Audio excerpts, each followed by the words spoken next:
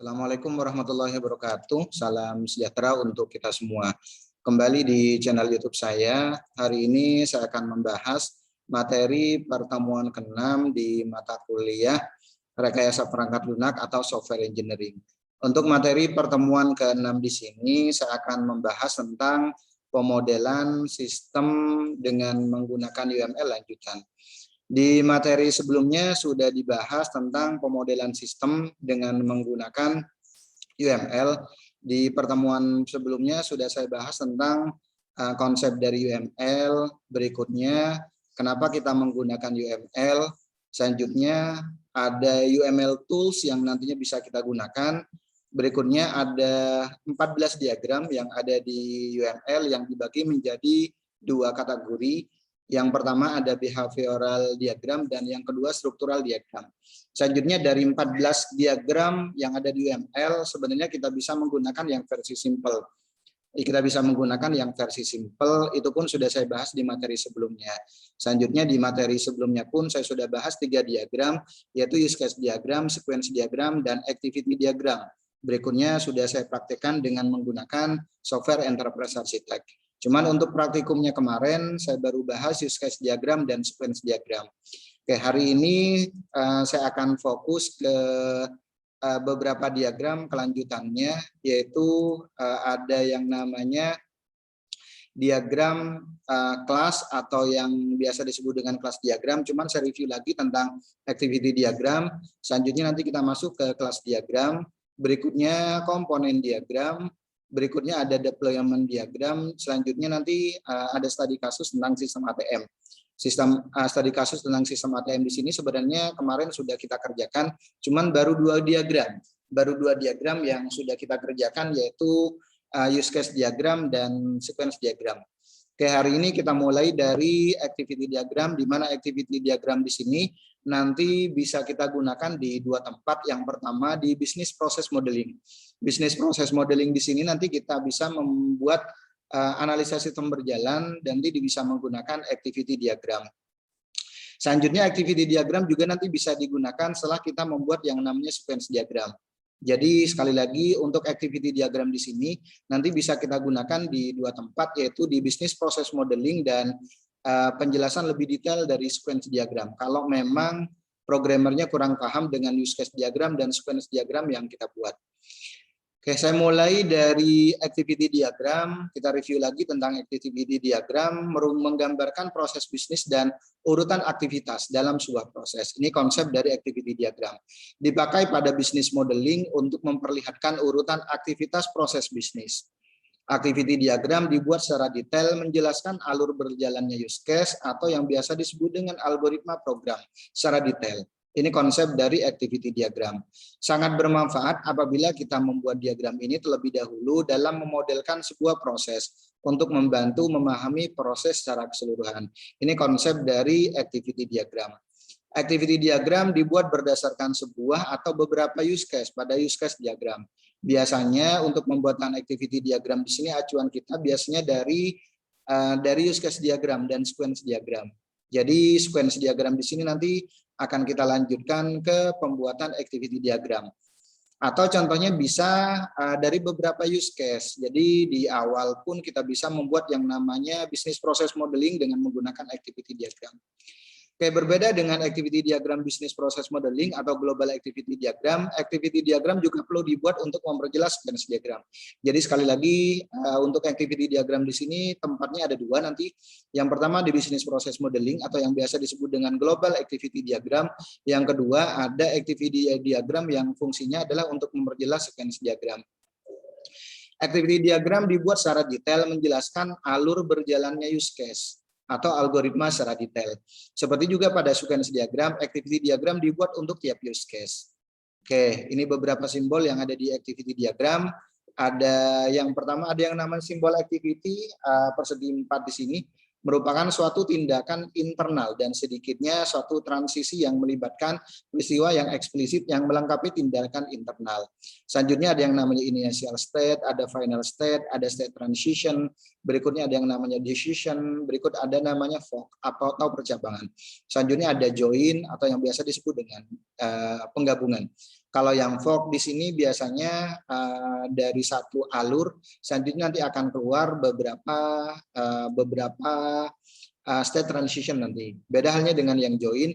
Kalau yang join biasanya masuknya contohnya 2 state transition, selanjutnya nanti akan masuk 1 state transition contohnya. Oke, ini contoh activity diagram atau business process model. Kita bisa menggunakan yang global seperti ini untuk untuk studi kasus ATM, contohnya sistem ATM bisa menggunakan yang seperti ini, atau contohnya kita bisa menggunakan seperti ini nanti, atau contohnya kalau menggunakan yang swimlane kita bisa menggunakan yang seperti ini. Oke, saya bahas yang pertama terlebih dahulu. Contohnya saya akan menggambarkan yang seperti ini. Kita buka aplikasi Enterprise Architect-nya kurang lebih seperti ini. Nah, sekarang saya akan gambarkan dari business process modeling-nya. Di project browser kita tambahkan 1 package, kita pilih yang create diagram, nama package-nya contohnya nanti kita bisa rubah contohnya business process modeling.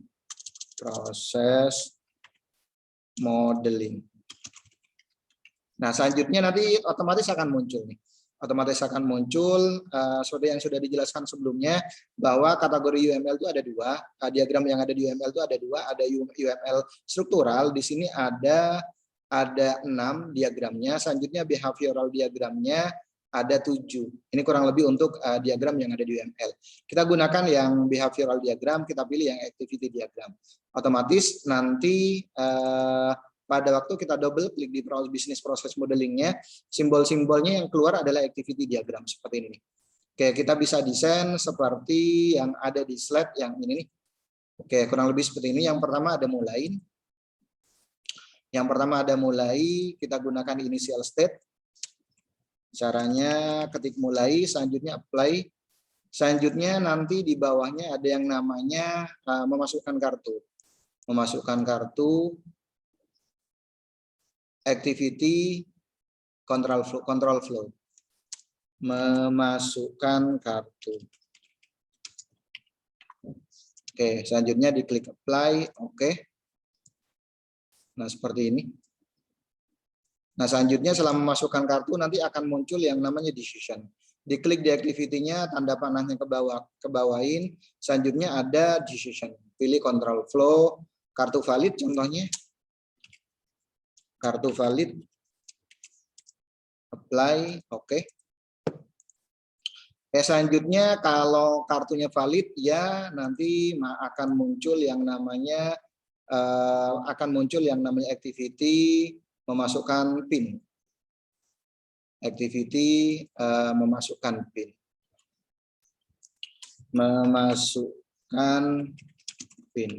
Oke, kurang lebih seperti ini. Oke. Kita tarik ke bawah contohnya seperti ini.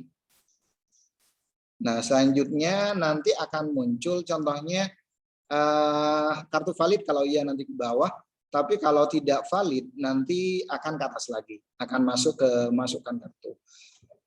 Oke, kartu valid kalau tidak ini contohnya ya. Berarti ini keputusannya ya. Kalau tidak nanti balik lagi ke sini kan ya. Kita klik di decision-nya, masukin ke memasukkan kartu. Pilih yang control flow. Nanti akan numpuk nih. Ini belum. Nah, kita arahkan seperti ini. Control flow. Nah, ada 2 contohnya seperti ini. Nah, ini sebenarnya ada 2 nih. Yang akan kita rubah adalah supaya nanti tampilannya seperti ini. Supaya nanti garisnya nanti ke atas seperti horizontal ya. Jadi ke kanan dulu, baru ke atas, baru nanti memasukkan kartu. Kita bisa atur di line style-nya.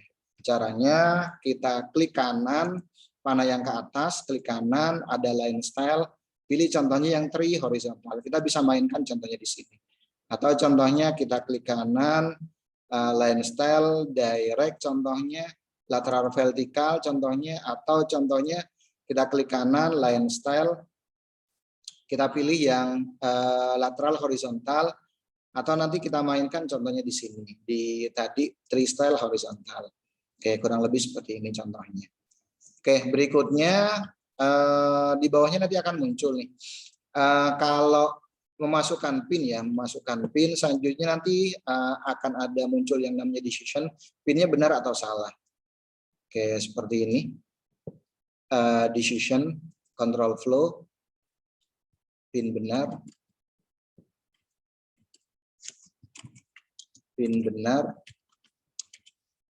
apply, oke. Kalau contohnya pinnya benar, nanti akan masuk ke tampilan menu utama.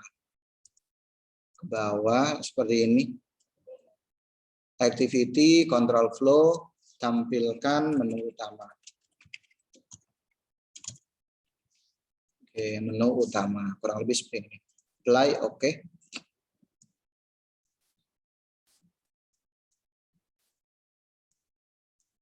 Oke, seperti ini. Selanjutnya, kalau ya, nanti tampilkan menu utama. Contohnya, ini kalau ya. Kalau tidak, nanti akan balik lagi ke memasukkan PIN.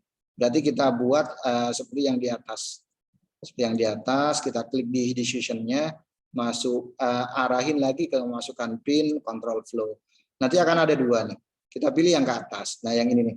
Yang ke atas ini kita klik kanan, line style. Kita bisa mainkan contohnya yang lateral horizontal, atau contohnya yang vertikal ya. Tree style vertikal, atau intinya kita mainkan di line style-nya. Sebentar, ini gabung line style, tree style, horizontal. Oke, sorry, berarti yang ini nih. Klik kanan, line style, tree style, horizontal. Nah, harusnya ini nih. Nah, selanjutnya yang ini kita buat direct. Klik kanan, line style, direct. Bisa seperti itu. Yang ini pun sebenarnya kita bisa contohnya atur kayak tadi. Klik kanan, line style, tree style, horizontal, seperti ini. Yang ini kita atur lagi, line style, tree. Nah, tree style, horizontal. Atau contohnya kita buat direct terlebih dahulu, seperti ini. Baru contohnya kita mainkan line style, tree style, horizontal. Oke, yang ini kita direct aja. Kalau memang mau dirubah. Oke, kurang lebih seperti ini. Selanjutnya, setelah tampilkan menu utama, nanti akan muncul decision lagi, lakukan transaksi, contohnya yang ini muncul decision, control flow, lakukan transaksi, contohnya lakukan transaksi, apply, oke. Berikutnya, kalau contohnya nanti ya, nanti akan muncul yang namanya fork, contohnya. Kalau ya, nanti akan muncul yang namanya fork. Di sini ada fork, ini nih, control flow. Nah, contohnya, ini contohnya ya. Nah, seperti ini nanti. Atau control flow-nya yang ini saya kosongkan saja. Nanti kita message-nya berarti ada di sini ya. Seperti ini. Baru nanti kita mainkan di apa namanya untuk berikutnya. Kalau tidak, contohnya nanti akan muncul melakukan logout. Nanti akan muncul di sini, klik kanan, activity, which activity contohnya. Sebentar. Nah, kita pilih yang control flow. Activity melakukan logout. Apply, oke. Kurang lebih seperti ini. Kita buat supaya nanti lebih bagus tampilannya. Klik kanan, mainkan di line style-nya, line style. Contoh, nah bukan seperti ini. Line style, trilateral, horizontal, line style contohnya. Nah, kurang lebih seperti ini. Untuk apa namanya? Untuk apa namanya line style-nya ya. Kita mainkan di line style-nya. Intinya atur di line style-nya saja. Lateral vertikal. Nah, lateral vertikal. Selanjutnya dari fork nanti akan masuk ke melihat saldo. Seperti ini. Activity with control flow. Melihat saldo. Apply. Oke. Nah, seperti ini. Selanjutnya yang kedua, mengambil uang. Activity control flow. Mengambil uang. Apply, oke. Selanjutnya mengirim uang. Nah, seperti ini. Activity control flow, mengirim uang. Apply, oke. Nah, nanti kita bisa atur untuk tata letaknya, contohnya seperti ini.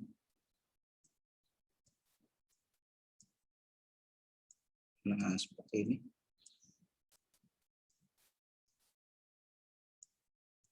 Nah, ini pun contohnya line style-nya kalau seumpamanya mau kita rubah bisa klik kanan line style, contohnya tree style vertikal, contohnya seperti ini.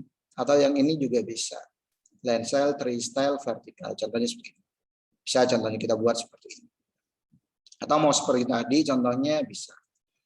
Oke, berikutnya nanti akan masuk setelah melakukan logout akan mengeluarkan kartu, contohnya. Di sini ada activity control flow, mengeluarkan kartu. Mengeluarkan kartu. Apply, oke. Kurang lebih seperti ini. Selanjutnya, nanti dari melihat saldo akan masuk, contohnya ke sini, akan muncul yang namanya join ya.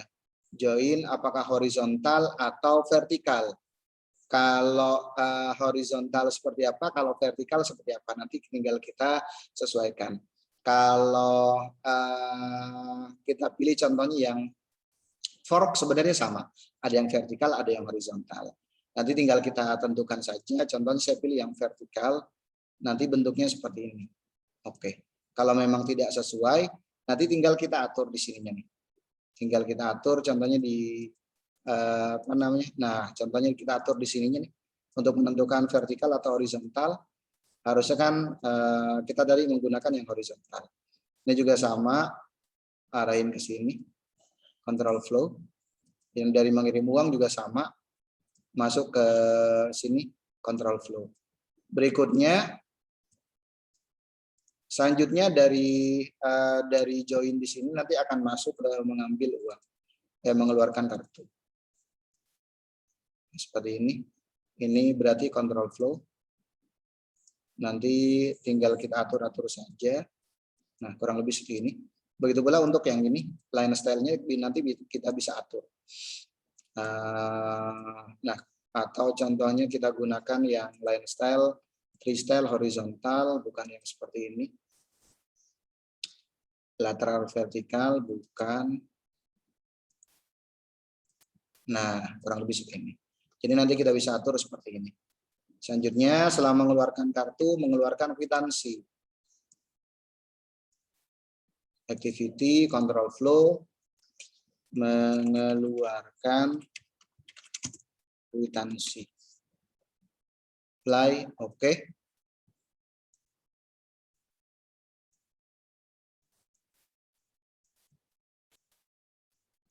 Selanjutnya selesai. Ini untuk yang bisnis proses modeling ya. Ada activity, sebentar. Yang terakhir final step. Final step tadi yang activity final, sekarang kita gunakan yang finalnya. Flow final. Selesai contohnya. Apply, oke. Oke, kurang lebih seperti ini. Untuk bisnis proses modeling, kalau seumpamanya kita menggunakan diagram yang ada di activity diagram. Contohnya kurang lebih seperti itu. Oke, sekarang kita lanjut ke pembahasan berikutnya. Oh, contohnya kita bisa buat dengan menggunakan metode swimlane seperti ini. Kalau menggunakan yang metode swimlane, contoh saya gambarkan secara garis besar saja. Contohnya bukan bisnis proses yang nantinya akan saya gambarkan. Contohnya Saya gambarkan dari sequence diagram. Dari sequence diagram atau dari use case diagram. Dari use case diagram contohnya saya double klik memasukkan kartu, contohnya saya klik kanan, new child diagram, interaction activity with activity diagram. Contohnya di sini memasukkan kartu. Jadi activity-nya ya contohnya. Contoh saya menggunakan yang metode swimlane. Metode swimlane contohnya nanti kita bisa buat seperti ini nih. Kita gunakan yang partition. Nah, contohnya dari pengguna ke sistem ATM contohnya. Pengguna. Apply, oke. Kan masih seperti ini nih. Nanti tinggal kita klik supaya nanti bentuknya tegak atau vertikal. Nah, kita bisa buat seperti ini. Nanti tinggal kita atur. Satu lagi contohnya untuk yang partitionnya. Contohnya nanti dengan sistem, contohnya sistem ATM. Oke, ini pun nanti bisa kita atur seperti ini. Nah, kurang lebih seperti ini. Nanti tinggal kita atur, contohnya seperti ini. Baru nanti tinggal kita desain activity diagramnya seperti apa contohnya. Contoh dari yang pertama, contohnya dari pengguna. Pengguna contohnya mulai. Initial state contohnya mulai contohnya play, oke. Selanjutnya nanti pengguna akan memasukkan kartu. Masukkan kartu ke sini contohnya. Pengguna contohnya akan memasukkan kartu activity control flow. Memasukkan kartu contohnya. Play, oke. Selanjutnya nanti ada tahapan berikutnya contohnya. Contohnya nanti ada proses validasi kartu contohnya. Nanti muncul di sini contohnya activity control flow. Nah, proses validasi kartu contohnya. Contoh seperti itu yang nantinya bisa kita gunakan. Oke, atau contohnya nanti akan muncul kartunya valid atau enggak contohnya. Nanti jadi alurnya contohnya dari satu aktor ke aktor yang lainnya yang nantinya bisa kita gunakan kalau menggunakan yang metode swimlane. Oke, saya lanjut ke pembahasan berikutnya. Kelas diagram. Kelas diagram itu apa? Salah satu jenis diagram yang paling berguna dalam UML.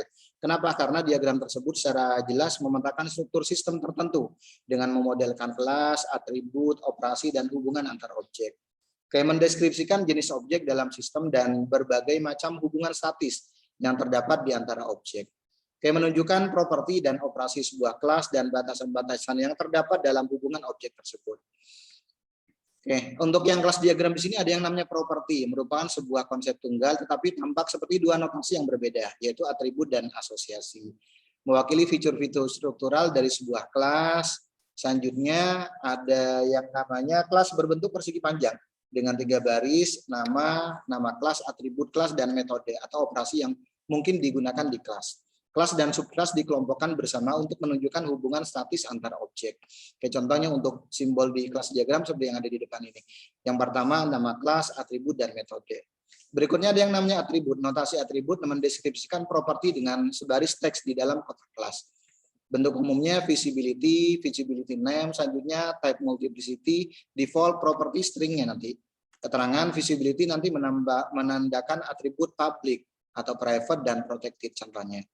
Nama atribut, name-nya di sini nama atribut, type, batasan tentang objek yang dapat diletakkan di dalam atribut.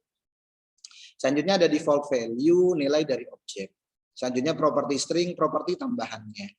Berikutnya ada yang namanya asosiasi, merupakan garis solid antara dua kelas, ditarik dari kelas sumber ke kelas target. Selanjutnya multiplicity merupakan indikasi tentang berapa banyak objek yang bisa berhubungan dengan objek yang lainnya. Bentuk multiplicity di sini ada hanya satu, ada 0 atau 1. Maksudnya kalau yang bentuknya seperti ini 1, selanjutnya 0 atau 1, selanjutnya lebih dari 1. Operasi suatu kegiatan yang akan dilakukan oleh sebuah kelas. Oke, ini contohnya relasi pada kelas diagram, ada asosiasi berarah, ada generalisasi, ada dependensi, ada agregasi. Ini contohnya untuk relasi yang ada di kelas diagram. Relasi di sini relasi antara kelas dengan makna umum, biasanya disertai dengan multiplicity. Selanjutnya ada asosiasi yang ada tanda panahnya, relasi antara kelas dengan makna kelas yang satu digunakan oleh kelas yang lainnya. Selanjutnya ini asosiasi berarah, ada generalisasi, relasi antara kelas dengan makna generalisasi, spesialisasi. Selanjutnya ada yang namanya dependensi, relasi antara kelas dengan makna ketergantungan, kebergantungan antar kelas. Oke, berikutnya ini contohnya untuk pemahaman dari kelas, contohnya segitiga punya tinggi dan punya alas. Oke, untuk yang ini properti berarti ya. Selanjutnya untuk what do you want it to do, contohnya berarti kan metodenya bisa hitung luas dan hitung keliling. Contohnya nanti penggambarannya seperti ini.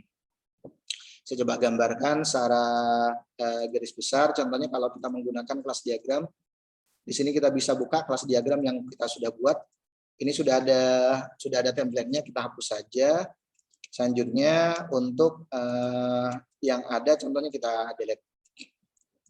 Yes to all.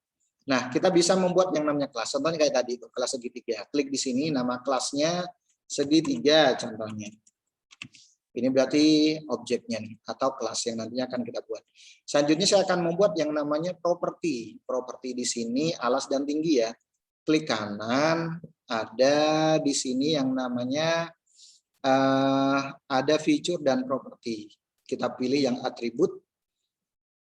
Di sini atributnya apa aja? Alas dan tinggi. Alas, type-nya integer, selanjutnya tinggi. Tinggi. Yes. Kurang lebih seperti ini. Tipe datanya integer. Scope-nya apa nanti? Apakah private atau apa? Selanjutnya kita close. Kurang lebih seperti ini. Selanjutnya, kalau untuk yang operasinya atau metodenya kita klik kanan lagi. Selanjutnya ada feature and property, kita pilih yang operation. Contoh di sini hitung luas. Hitung luas. Parameternya apa? Contohnya kalau mau diisi. Selanjutnya hitung keliling. Hitung keliling. Oke, selanjutnya close. Ini contoh bentuk dari kelas diagram yang nantinya bisa kita buat. Selanjutnya nanti tinggal kita masukkan relation-nya. Relation-nya kita bisa menggunakan yang association atau contohnya generalisasi atau compose atau contohnya agregasi dan yang lain-lainnya. Ini contoh pemahaman dari kelas diagram. Contoh seperti kelas diagram yang ada di depan ini, contohnya di sini atribut dapat ditambahkan dan nanti bisa disesuaikan. Contohnya di sini ada kelas diagram pembeli, pesan, bayar, dan seterusnya. Ini contoh untuk kelas diagram yang nantinya bisa kita buat. Contohnya di sini ada agregasi, ada relasi, dan yang lain-lainnya dari yang sistem ATM. Selanjutnya ada yang namanya komponen diagram, merepresentasikan dunia real item yaitu komponen software. Diakses melalui interface-nya biasanya. Relasi antara komponen dan interface nanti disebut dengan realization. Mewakili potongan-potongan yang independen yang bisa dipesan dan diperbaharui sewaktu-waktu. Digunakan saat memecah sistem menjadi komponen-komponen dan menampilkan hubungannya dengan antarmuka. Pembagian sistem ke dalam komponen lebih didorong untuk kepentingan marketing daripada teknis. Tujuan dari komponen diagram adalah untuk menunjukkan hubungan antara berbagai komponen dalam satu sistem. Komponen dalam UML dapat mewakili contohnya komponen logis, contohnya komponen bisnis, komponen proses, dan lain-lainnya. Berikutnya ada komponen fisik, contohnya seperti komponen Corba, ada Java, Cobra ini ya, Java, .NET, komponen WSDL, dan yang lain-lainnya. Selanjutnya diagram komponen umumnya contohnya berisi komponen, antarmuka, ketergantungan, generalisasi, asosiasi, dan yang lain-lainnya. Komponen adalah kelas yang mewakili bagian modular dari suatu sistem dengan konten yang nantinya dienkapsulasi. Sebuah komponen memiliki perilaku yang didefinisikan dalam hal antarmuka. Cuman kalau kita menggunakan YAML versi simpel, kita nggak menggunakan yang komponen diagram. Sebuah komponen dimodelkan sebagai siklus hidup, pengembangan, dan disempurnakan secara berturut-turut ke dalam deployment dan nanti di real time. Oke, diagram komponen dapat digambarkan dengan beberapa cara memodelkan kode sumber atau source code-nya, memodelkan file eksekusi yang dirilis ke pengguna, memodelkan basis data secara fisik, memodelkan sistem yang dapat disesuaikan atau diadaptasi. Contohnya seperti ini. Untuk pembuatannya sebenarnya kita sama sebenarnya dengan pada waktu kita buat yang package nih. Contoh, saya akan membuat komponen. Contohnya komponen. Kita klik, nanti di sini akan muncul behavioral atau struktural. Komponen diagram di sini ada di struktural. Oke, contohnya seperti ini. Baru nanti kita tinggal double klik komponen diagramnya. Oke, baru nanti tinggal kita gambarkan. Contohnya ada jadwal dengan model eksekusi, contohnya seperti yang ada di depan ini contohnya untuk yang komponen diagramnya. Nanti kita bisa buat contohnya seperti yang ada di depan ini contohnya. Simbol komponen ya seperti yang ada di aplikasi Enterprise Architect. Ada packaging komponen, ada komponen contohnya seperti ini.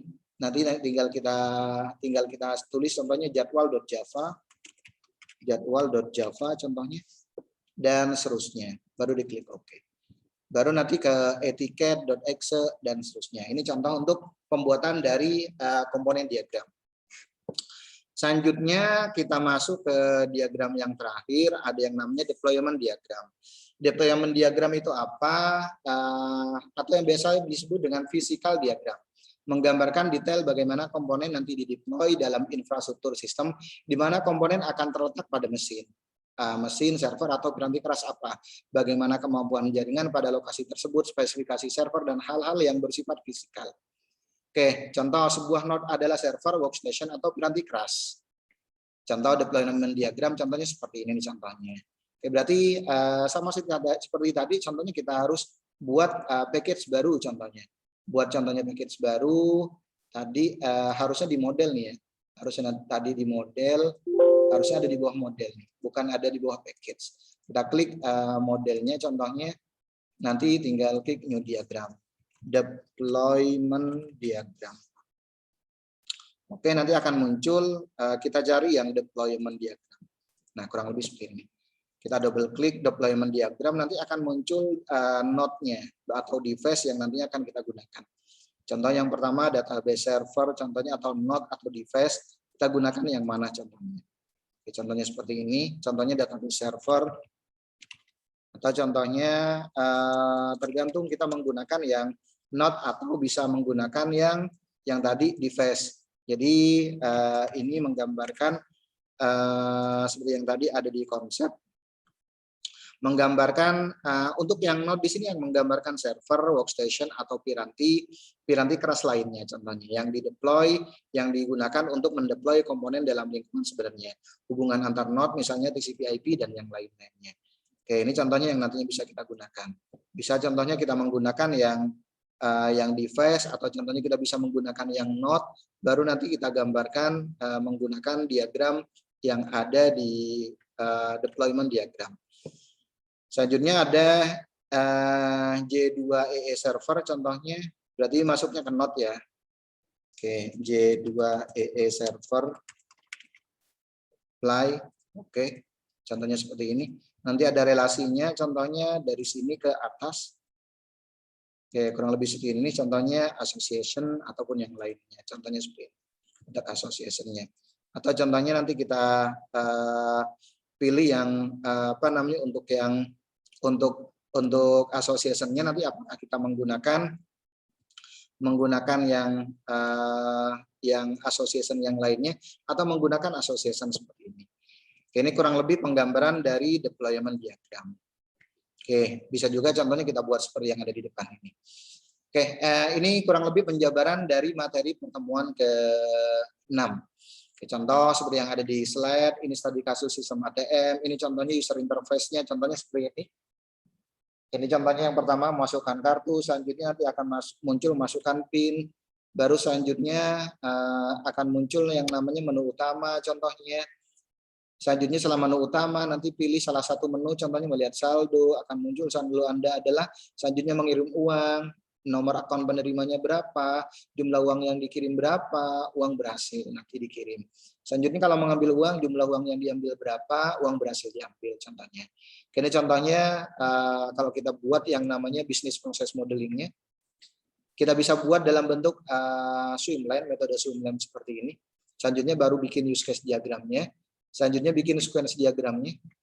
Jadi masing-masing use case kita buat sequence diagramnya. Oke, melihat saldo, mengirim uang, mengambil uang, melakukan logout, baru selanjutnya kita buat activity diagramnya untuk memperjelas sequence diagram yang kita buat. Masukkan PIN, terakhir nanti kita buat kelas diagramnya. Ini kalau sebelumnya kita menggunakan yang UML versi simple. Oke, demikian penjelasan dari materi pertemuan ini. Mohon maaf kalau ada kata-kata yang kurang berkenan. Saya akhiri. Assalamualaikum warahmatullahi wabarakatuh dan salam sehat untuk kita semuanya.